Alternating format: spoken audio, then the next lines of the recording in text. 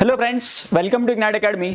भारतामध्ये स्पोर्ट्स हा मुद्दा बराच चर्चेमध्ये राहतो आणि स्पोर्ट्स म्हटल्यावरती प्रत्येकाच्या घराघरामध्ये याबद्दल वेगवेगळ्या गोष्टी बोलल्या जातात. प्रत्येकाचे वेगवेगळे फेवरेट स्पोर्ट्स राहतात.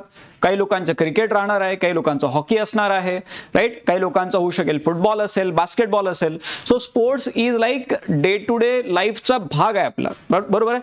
तर मग या एवढ्या मोठ्या सेक्टरमध्ये आपल्याला काही रेग्युलेशन्स आणणं गरजेचं आहे का? मग स्पोर्ट्स गव्हर्नन्स या मुद्द्याबद्दल आपल्याला अजून काही स्टेप्स घेणं गरजेचं आहे का?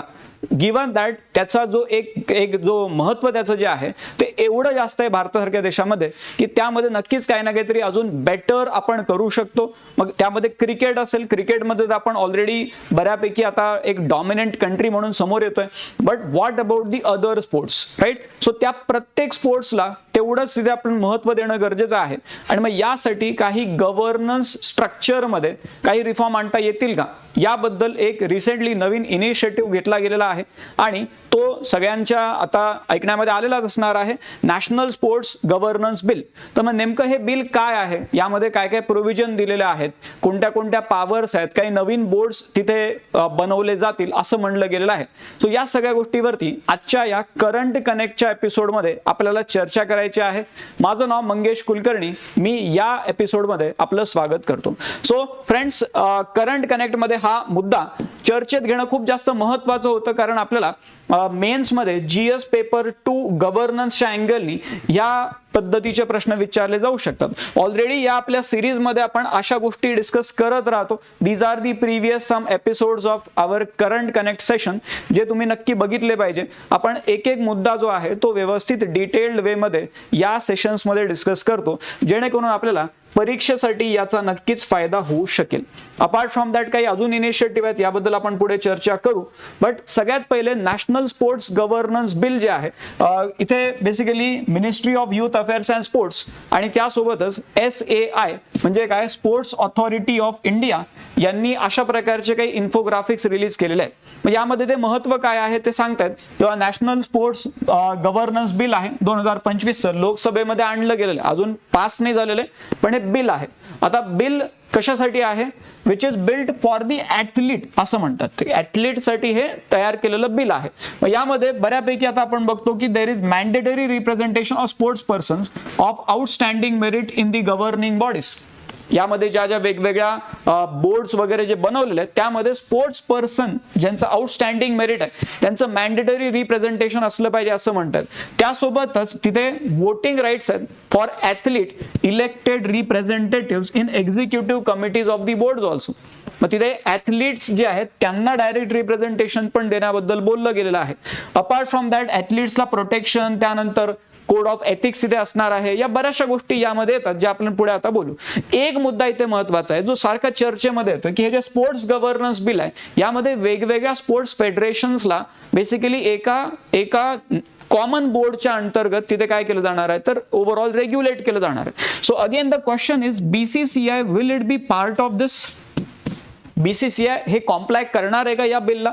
तर याबद्दल अजूनही तिथे काही एक्झॅक्ट इन्फॉर्मेशन तशी नाहीये. BCCI आता काय त्यामध्ये त्यांचे काय कमेंट येतात, त्यांनी फक्त म्हणलेले आम्ही हे बिल बघतो आणि त्यानंतर आम्ही यावरती निर्णय घेतो, तेवढं म्हणलेलं आहे. पण इथे जर बघितलं आपण मिनिस्ट्री ऑफ युथ अफेअर्स कडून आलेलं हे इन्फोग्राफिक आहे. यामध्ये इथे तुम्हाला दिसतंय किंवा वेगवेगळे खेळ दाखवलेले आहेत.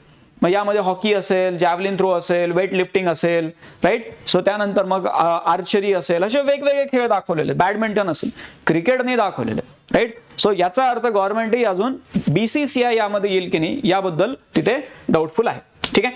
सो अगेन मग गव्हर्नमेंट BCCI ला फोर्स करू शकते का, तो पण पुढचा वेगळा भाग आहे. बट यामध्ये आता काय काय प्रोव्हिजन आलेले आहेत. सगळ्यात पहिले जर आपण बघितलं तर एक ट्रिब्युनल बनवलं जाणार आहे which will be exclusive for sports related disputes. National sports tribunal हे बनवलं जाणार आहे जे या सगळ्या गोष्टींना डील करणार आहे. मग यामध्ये कोण कोण असणार आहे ते पण दिलेले. चेअरपर्सन जे या ट्रिब्युनलचे चेअरपर्सन असणार आहे ते बेसिकली इथे कोण असतील, तर एकतर जज ऑफ सुप्रीम कोर्ट असतील किंवा चीफ जस्टिस ऑफ हायकोर्ट असतील. मग ते रिटायर्ड असतील तरी चालून जाईल, पण ते ज्युडिशियल पर्सन असले पाहिजे ते इथे सांगितलेलं आहे. त्यासोबतच decision of the board can be challenge in the tribunal then. म्हणजे जर नॅशनल स्पोर्ट्स बोर्ड जो आहे, नॅशनल स्पोर्ट्स बोर्ड यांनी जो डिसिजन दिलेला आहे हा ट्रिब्युनल मध्ये चॅलेंज करता येऊ शकेल. आता स्पोर्ट्स बोर्ड बद्दल पुढे ते सांगतात.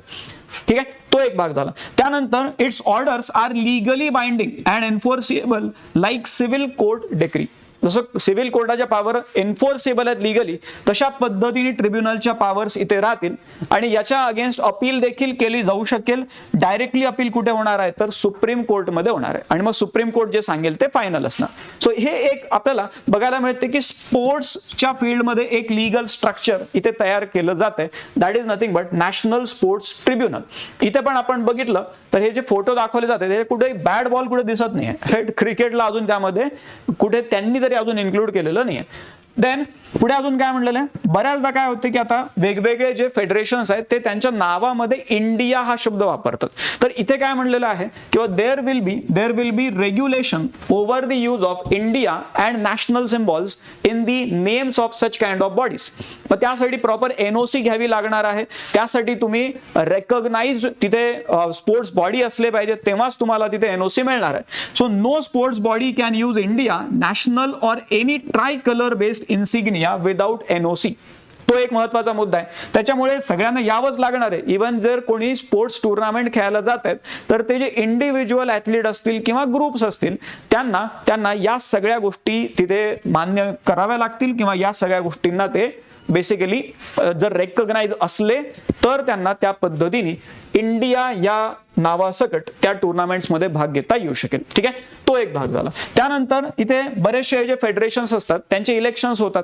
मग इलेक्शन्समध्ये तिथे आपण म्हणतो की अनफेअर प्रॅक्टिसेस नाही झाल्या पाहिजे, यासाठी तिथे काय केलं गेलेलं आहे, एक वेगळं नॅशनल स्पोर्ट इलेक्शन पॅनल बनवलं जाणार आहे.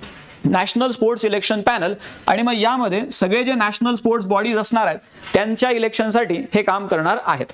आता इथे जे इलेक्शन पॅनल आहे त्यामध्ये कोण मेंबर असणार आहेत तर इलेक्शन कमिशन रिलेटेडच लोक यामध्ये असतील. मग इथे जर आपण बघितलं, only retired senior election commissioners और such other persons who have experience in conducting election shall be included in national sports election panel.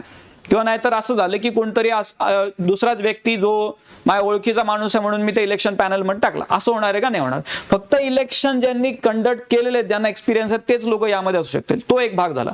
Then autonomous yet monitored process to eliminate irregularities in the elections.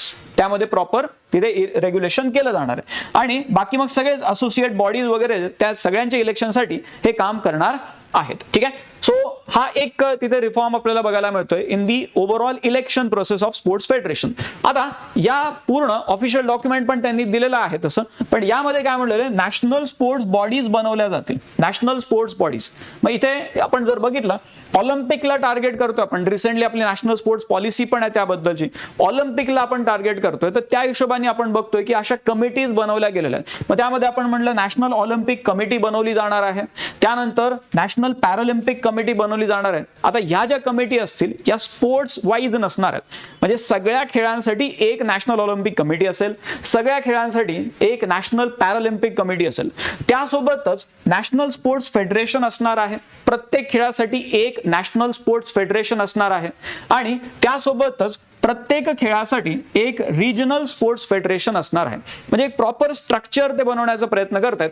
आणि या सगळ्या गोष्टींद्वारे ते स्पोर्ट्सला overall govern करण्यासाठी एक better काही structure बनवता येईल का, यासाठी ते प्रयत्न करताना दिसत आहेत आपल्याला. ठीक आहे, सो इथे दिलेलं आहे किंवा मल्टी स्पोर्ट्स डिसिप्लिनसाठी ते सगळे ऑलिम्पिक कमिटीज असणार आहेत. तो एक भाग आहे. त्यासोबतच एक जी चर्चा होतीये सगळी की नॅशनल स्पोर्ट्स बोर्ड असणार आहे. म्हणजे एक ओव्हरऑल बोर्ड आहे, नॅशनल स्पोर्ट्स बोर्ड, ज्यामध्ये चेअरपर्सन एक असतील आणि त्यासोबतच इतर लोक त्यामध्ये मेंबर्स असतील, जे आता ते किती असतील ते ठरवतील. ते याचं हेडक्वार्टर दिल्लीमध्ये असणार आहे. प्रिलिम्ससाठी हा प्रश्न एक तयार करून ठेवा. आता इथे हे जे नॅशनल स्पोर्ट्स बोर्ड आहे यामध्ये नेमके लोक कोण असतील, मग त्यांचं काही असं पॅरामीटर्स ठेवलेले आहेत का, कोणाकोणाला या बोर्डमध्ये घेता येऊ शकेल. मग इथे जर आपण बघितलं तर त्यांनी काय म्हणलेले की असे लोक असले पाहिजे ज्यांच्यामध्ये ती ॲबिलिटी आहे, ज्यांचं तसं इंटिग्रिटी आहे त्यांच्यामध्ये, तेवढं ते मॉरली चांगले आहेत, किंवा आपण म्हटलं की त्यांना स्पेशल नॉलेज आहे किंवा एक्सपिरियन्स आहे in the field of public administration administration मधले लोक यामध्ये असू शकतात, स्पोर्ट्स गव्हर्नन्स यामधला एक्सपिरियन्स असलेले लोक यामध्ये असू शकतात, स्पोर्ट्स लॉ असेल किंवा बाकी रिलेटेड फील्ड जे आहेत स्पोर्ट्स रिलेटेड त्यामध्ये ज्यांना एक्सपिरियन्स आहे त्यांनाच या प्रकारच्या नॅशनल स्पोर्ट्स बोर्ड मध्ये घेतलं जाईल. मग हे पण कोणाचं असं एका माणसाचं डिसिजन असेल का कोणाला घ्यायचं कोणाला नाही, तर यामध्येही एक तिथे कमिटी बनवली जाणार आहे, सर्च कम सिलेक्शन कमिटी, सर्च कम सिलेक्शन कमिटी. आणि मग यामध्ये वेगवेगळे जे एक्सपिरियन्स पुन्हा लोक आहेत ते यामध्ये असणार आहेत. इव्हन ज्यांना नॅशनल स्पोर्ट्स अवॉर्ड मिळालेला आहे अशा प्रकारचे लोक पण या सर्च कम सिलेक्शन कमिटीमध्ये राहू शकतात. सो तो एक भाग आहे. म्हणजे एक जे म्हणलं जाते ना की from selection to election sports मधला सगळा जो पार्ट आहे तो या बिलद्वारे तिथे गव्हर्न करण्याचा प्रयत्न केला जातो. आजकाल बघतो आपण स्पोर्ट्समध्ये बरेचसे एथिकल इश्यूज देखील आपल्याला दिसतात. एथिक्सचा जो भाग आहे मग त्यासाठी कोड ऑफ एथिक्स देखील बनवला जाणार आहे. कोड ऑफ एथिक्स, मग हा जो कोड ऑफ एथिक्स आहे हा प्रत्येक नॅशनल स्पोर्ट्स बॉडी जे आहे, नॅशनल स्पोर्ट्स बॉडी म्हणजे कोणती म्हणतोय आपण, या ज्या सगळ्या बॉडीज आहेत, national Olympic committee, Paralympic committee, sports federation जे आहेत नॅशनल आणि रिजनल, हे काय करणार आहेत तर तिथे प्रॉपर प्रत्येक नॅशनल स्पोर्ट्स बॉडीला सांगितलेलं आहे की तुम्ही काय करायचं, कोड ऑफ एथिक्स बनवायचं. मग तुमचे जे एक्झिक्युटिव्ह कमिटी मेंबर्स आहेत त्यांच्यासाठी हा कोड ऑफ एथिक्स लागू होईल. त्यानंतर काही सब कमिटी तुम्ही बनवल्या असतील त्यामध्ये हे लागू होईल. बाकी तुमचे जे एम्प्लॉईज आहेत, स्टाफ आहेत, तुमचे स्पॉन्सर्स जे आहेत स्पॉन्सर्सला पण हे लागू होते. तुमचे कोचेस, ऍथलीट्स, ऑफिशियल्स, मेंबर्स, अजून ते अफिलिएटेड बॉडीज आहेत तुमच्या सगळ्यांसाठी हा जो कोड ऑफ एथिक्स आहे तो लागू होईल. आणि कोड ऑफ एथिक्स कसा असला पाहिजे, इंटरनॅशनल स्टँडर्ड जे आहेत, इंटरनॅशनल स्पोर्ट्स बॉडीजचा जसं कोड ऑफ एथिक्स असतो तशा पद्धतीचा तुमचा कोड ऑफ एथिक्स असला पाहिजे.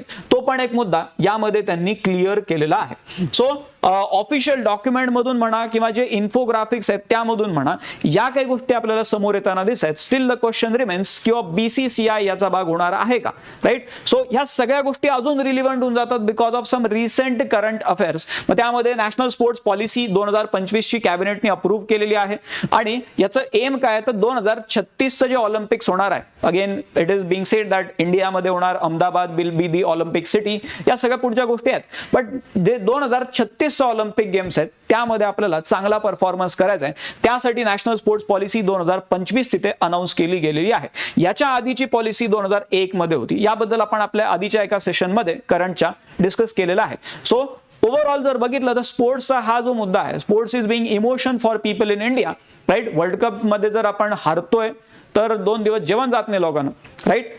किंवा बऱ्याचदा असं होतंय किंवा स्पोर्ट्समध्ये एवढा आता आपण RCBचं बघितलं होतं की क्राऊड एवढा जास्त इमोशनल आहे किंवा देर इज स्टॅम्पेड लाईक सिच्युएशन. त्यामुळे या गोष्टी ज्या आहेत याला व्यवस्थितपणे रेग्युलेट केलं गेलं पाहिजे आणि त्या अँगलनी हा जो इनिशिएटिव्ह आहे नॅशनल स्पोर्ट्स गव्हर्नन्स बिल तो इथे आणला गेलेला आहे. तुम्हाला इथे स्क्रीनवरती एक प्रॅक्टिस क्वेश्चन दिलेला आहे, तो पण तुम्ही अटेम्प्ट करून बघू शकता. That how can India sports governance structure be reformed to prioritize athlete welfare and ensure greater transparency in decision making discuss. ठीक आहे, 15 मार्क 250 शब्दासाठी हा प्रश्न आहे. एकदा नक्की हा प्रश्न अटेम्प्ट करून बघा. Okay, now we are having some existing initiative at Ignite Academy. त्यामध्ये एकतर NCERT ची फाउंडेशन सिरीज आपण इथे सुरू करतोय. आपल्या ऑनलाईन प्लॅटफॉर्मवरती फ्री मध्ये तुम्हाला NCERTचं पूर्ण गायडन्स जे आहे ते केलं जाणार आहे. 25 जुलै पासून ही सिरीज सुरू होणार आहे. प्रॉपर इथे शेड्यूल दिलेला आहे, हा तुम्ही चेक करू शकता. आणि रोज रात्री आपल्या या YouTube चॅनलवरती, याच YouTube चॅनलवरती डेली 9 PM तुम्हाला ही सिरीज बघायला मिळणार आहे. प्रॉपर NCERT तुमचं कव्हर केलं जाईल. Geography, polity, history, economics, general science या सगळ्या NCERT तुमच्या या सेशनमध्ये कव्हर केल्या जातील. त्यामुळे हे नक्की याला तुम्ही एकदा चेक करा. त्यासोबतच आता MPSC राज्यसेवेची जी परीक्षा आहे 28 सप्टेंबरला, त्यासाठी आपण व्हॅल्यू ॲडिशन सिरीज देखील एक चालू करतोय, ज्यामध्ये MCQ फॉर्मॅटमध्ये वेगवेगळ्या विषयांची आपण चर्चा करणार आहोत. 28 जुलैपासून ही सिरीज सुरू होणार आहे. ही देखील तुम्ही नक्की चेक करा. याच प्लॅटफॉर्मवरती तुम्हाला ही सिरीज बघायला मिळेल. रोज संध्याकाळी 6 वाजता आपल्याला ह्या सिरीजचा तिथे लाभ घेता येऊ शकेल. ठीक आहे. सो आपलं जे चॅनल आहे ते सबस्क्राईब करून ठेवा. चांगल्या चांगल्या ऍक्टिव्हिटी याच्यावरती आपल्या रेग्युलरली होत राहतात आणि याचा नक्कीच तुम्हाला तुमच्या परीक्षांमध्ये बेनिफिट होणार आहे. आपले टेलिग्राम चॅनलही सबस्क्राईब करून ठेवा. काही अपडेट्स, काही PDF वगैरे असतील तर यावरती आपल्याला मिळतील. लिंक दिलेली आहे खाली डिस्क्रिप्शन मध्ये, तिथूनही घेऊ शकता. YouTube चॅनलला सबस्क्राईब करा. आपले जे कॉन्टॅक्ट नंबर आहेत तिथे कॉल करून तुम्ही अजून माहिती घेऊ शकता आपल्या कोर्सेस बद्दल. ॲप आहे, ॲपही डाउनलोड करून ठेवा. त्यामुळे तुम्हाला सगळ्या अपडेट्स वेळेवरती येत राहतील. ठीक आहे. So this is the detail discussion about national sports governance bill. नक्की तुम्हाला हे आवडलं असेल तर व्हिडिओला लाईक करा, शेअर करा, सबस्क्राईब करा. आता आपण इथे थांबू.